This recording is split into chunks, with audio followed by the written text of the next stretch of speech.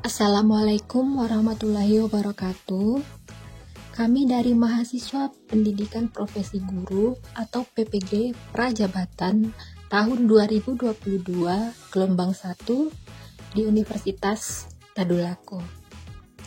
Kelompok kami terdiri dari Diana Juliarti, Eli Rahmawati, Indria, dan Susanti. Di sini kami akan memaparkan hasil diskusi kelompok kami mengenai analisis studi kasus pada topik 5, yaitu pengukuran pemahaman belajar peserta didik atau asesmen. Studi kasus. Saat ini adalah permulaan tahun ajaran baru. Anda adalah seorang wali kelas 4 SD yang memiliki anak didik usia 10 tahun bernama Diana. Wali kelas 3-nya mengeluhkan dinamika bersekolah Diana kepada Anda.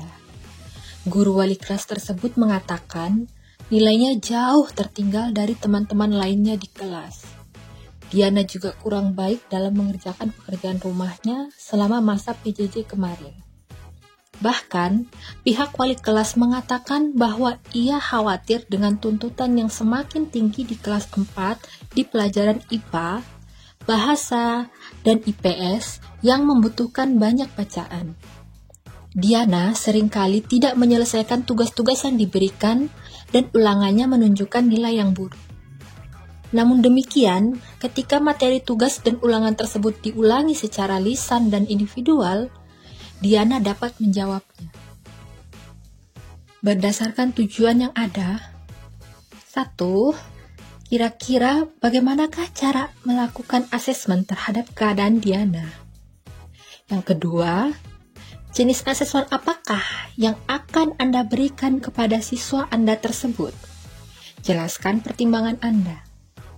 Ketiga, kesimpulan apa yang Anda dapat tarik dari asesmen yang Anda desain dan lakukan tersebut? Selanjutnya, bagaimana cara melakukan asesmen terhadap keadaan Diana? Oke, sebelum melakukan asesmen terhadap Diana, yang harus dilakukan oleh guru adalah mencari tahu terlebih dahulu jenis gaya belajarnya yang Diana sukai. Hal yang dapat dilakukan guru terhadap keadaan Diana ialah dengan melakukan observasi melalui penilaian proses berdasarkan rubrik yang telah dirancang, baik itu afektif, kognitif, dan juga psikomotorik. Nah, dugaan gaya belajar Diana.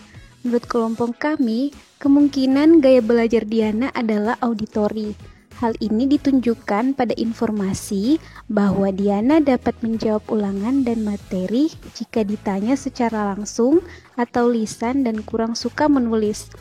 Diana lebih suka menjelaskan materi yang sudah dipelajari dengan secara langsung.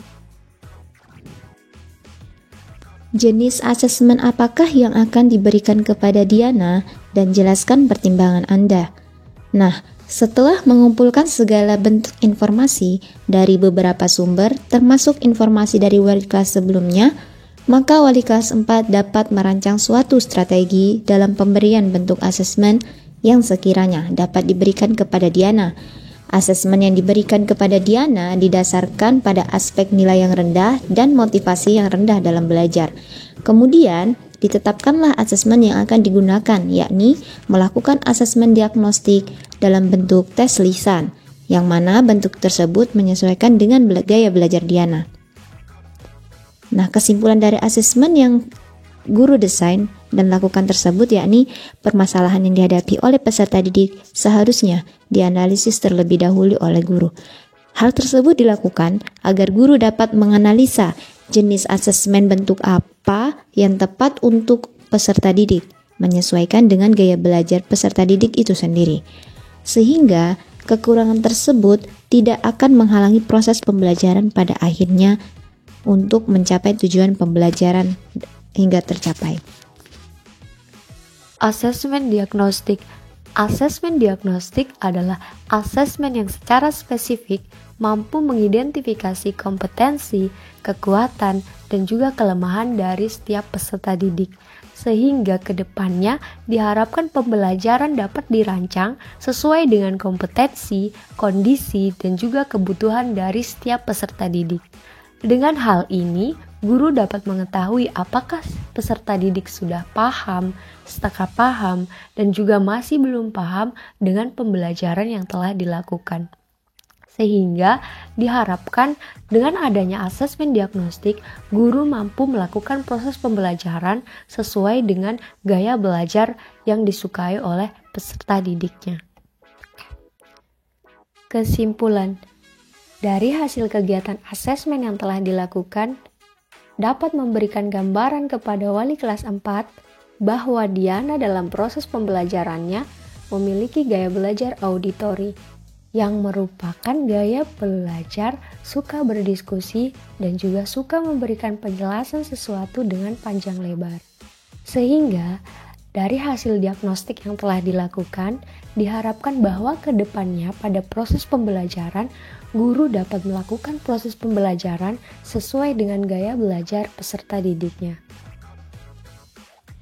Itulah penjelasan dari kelompok kami mengenai studi kasus yang terjadi pada Diana. Sekian, saya ucapkan terima kasih atas perhatiannya. Saya akhiri, wassalamualaikum warahmatullahi wabarakatuh.